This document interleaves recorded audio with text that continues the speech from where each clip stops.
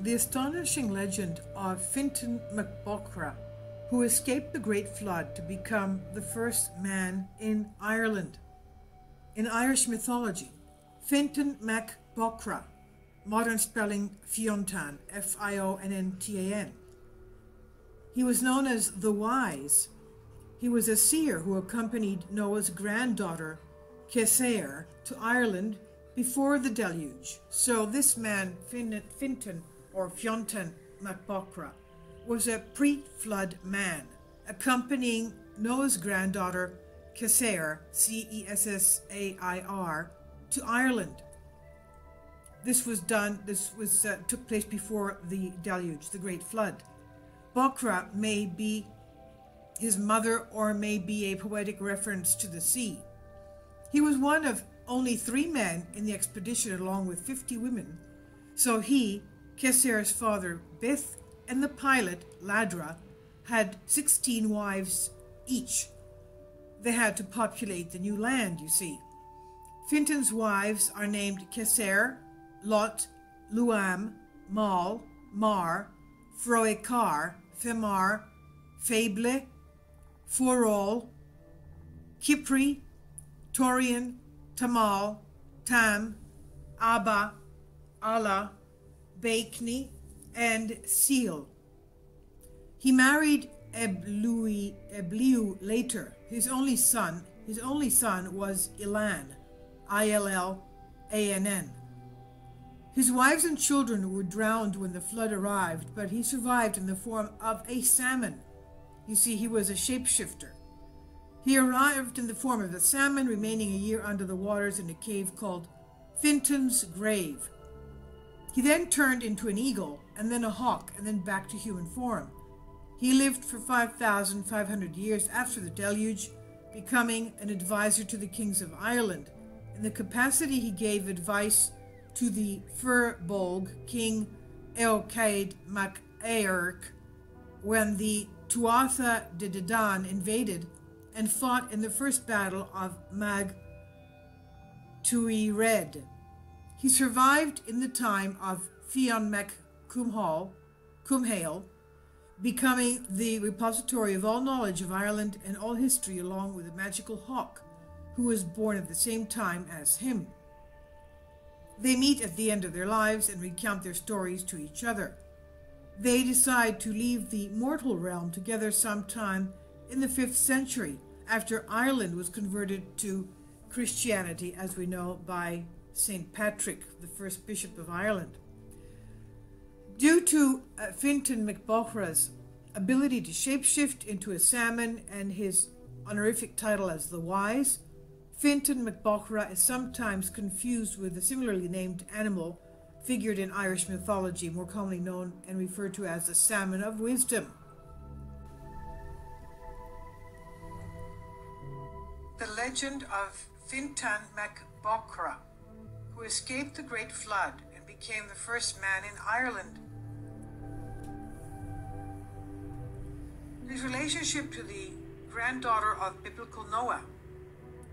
The story how he escaped the Great Flood and traveled to the land of destiny known as Innis Fail, meaning Ireland, are fascinating accounts of the past. And this is him here. Fintan Bochra. Fintan Bochra escaped the Great Flood, came to Ireland. This is an image by Keith Parkinson. Now, according to the Lebhar Gabhala Book of Invasions, also called the Book of Conquests, Fintan Bochra, also known as the Wise, was a seer who was married to Lady Kesair. When Kesair was a young girl, only 10 years old, an Egyptian priest warned her of a coming catastrophe. He told her to gather a group of women and try to escape. Kesair built 3 arks and filled them with women who all possessed different skills. Her father, Bith, came along with 2 other men, but they were not allowed to enter the ark unless they acknowledged Kesair as their leader. So they did so, and they were brought to safety. In the poem, Fintan describes how he survived the flood when all other perished by hiding in the hill of Tuanthina over the river Shannon. They sailed for 7 years before they reached Ireland. That was unpopulated at the time. It was the year 2361 BC, according to the annals of the Four Masters, but only one ship had survived the epic journey, this containing 50 women and 3 men. Among the survivors was Fintan mac Bochra. Upon arrival in Ireland, the women were divided into 3 groups. Each of the groups took one of the men to populate the new country that was now their homeland. They also divided up the sheep they had brought with them. That's the story how the first sheep reached Ireland. Lady Cassir was together with Fintan mac Bochra, and in time she became a great warrior. She became a great warrior woman. Now, also mentioned in many ancient Irish myths and legend are shapeshifters, and the story of Fintan mac Bochra is no exception. This is on ancient pages. Now, as for the wife of Fintan mac Bochra, Cassir, or Caesir, or spelled C-E-A-S-A-I-R,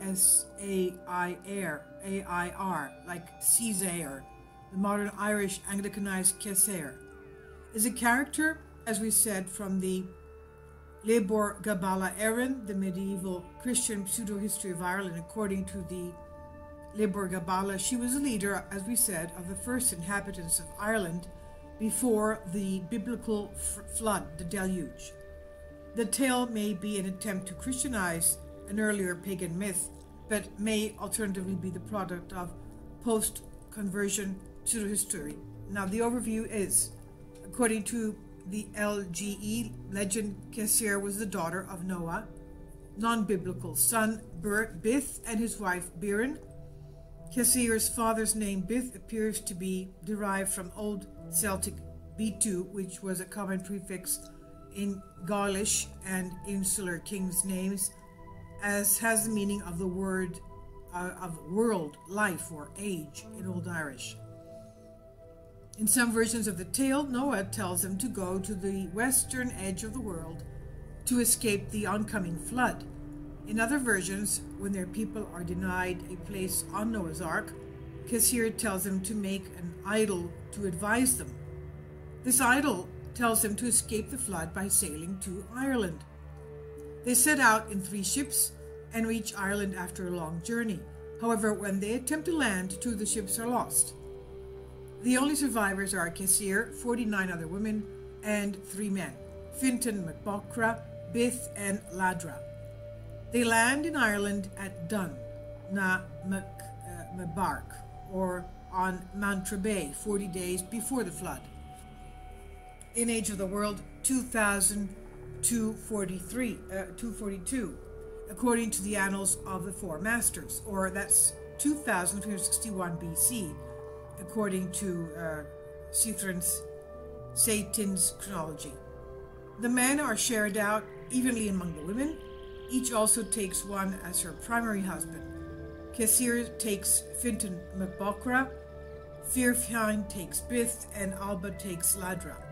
However, Bith and Ladra soon die, Ladra becoming the first man buried in Ireland. Fintan is left with all the women, but is unable to cope, so he flees. When the flood comes, Fintan is the only one to survive. He becomes a salmon and later an eagle and a hawk, living for 5,500 years after the flood, whence he becomes a man again and recounts Ireland's history. According to legend, Cassir died at Cul Kisra in Connaught and in Carn Kisra was raised over her body. It has been said that this cairn is near Boyle in County Roscommon, or alternatively that it is Knock Medha in County Galway. This is according to Lynch in 2006. An earlier version of this tale, apparently found in the Syndroma Snectae, says that it was Bamba, B-A-N-B-A, who first came to Ireland with her 2 sisters, 3 men and 50 women. Bamba Fodla, and Eriu were a trio of land goddesses, and their husbands were Maccool, son of Hazel, Mackecht, son of the plough, and Macgrain, son of the sun. It is likely that Keser, Berfind, and Alba are the Christianized replacement for the three goddesses of Fintan, Bith, and Ladra, and replacement for the three gods. Fintan Maccuil may also be linked to the salmon of knowledge, which gains all the world's knowledge after eating 9 hazelnuts that fall into a well. The women who accompanied Kesir appeared by their names to represent the world's ancestral mothers.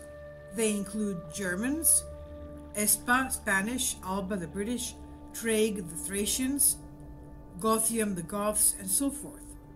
Thus, their arrival can be read as creating a microcosm of the whole world's population in Ireland. Espa, as we said, population in Ireland. Several other companions echo the names of ancient Irish goddesses. Cithrun, Satan, also refers Caitin, C-E-I-T-I-N-N, also refers to a legend that 3 fishermen from Iberia, meaning Spain, Kappa, Lagna, and Luasad, were driven to Ireland by a storm a year before the flood. They liked it, so they went home to get their wives, returned shortly before the flood, and were drowned. According to another medieval Irish legend, Kesir is also the name of the daughter of the king of Gallia, that's France, who married the High King of Ireland, Ugain Mór, in the 6th or 5th century BC. Mallory has a slightly different version where there were 150 women and 3 men. The first man died and was buried in Wexford. The second man now had 100 women and soon died of exhaustion. The 150 women then chased the remaining man, who saved himself by jumping into the sea and turning into salmon. Can you imagine one man with 150 women? Now, the mythology of the first settlers of Ireland then goes to their successor, Partholon. That seems to be a Greek name. Partholon, modern spelling Partholan, is a character in medieval Irish Christian pseudo-history. According to tradition, he's the leader of the second group of people who settled in Ireland in Muintir Partholóin, the people of Partholon. They arrived on the inhabited island about 300 years after Noah's flood, after the Great Deluge, and are responsible for introducing such things as farming, cooking, brewing, and building. After some years, they all died of the plague in 1 week. The tale is probably an invention of Christian writers. Partholon comes from the biblical name Bartholomeus, or Bartholomew, the son of Ptolemaeus, and may have been borrowed from a character who appeared in the Christian pseudo-histories of St. Jerome and Isidore of Seville. The earliest surviving references to Partholon is in the Historia Britonum, 9th century British Latin, compilation attributed to one Nennius. It says that Ireland was settled 3 times by 3 different groups, with Partholomus and his followers being the first. It says he came to Ireland from Iberia with 1,000 followers who multiplied there until there were 4,000, and they all died of the plague in 1 week. I'll leave links below for you for this. It's fascinating legend, mythology. There's always a little bit of truth in legend, and who knows. So this is interesting, isn't it? I'll leave links below for you for this.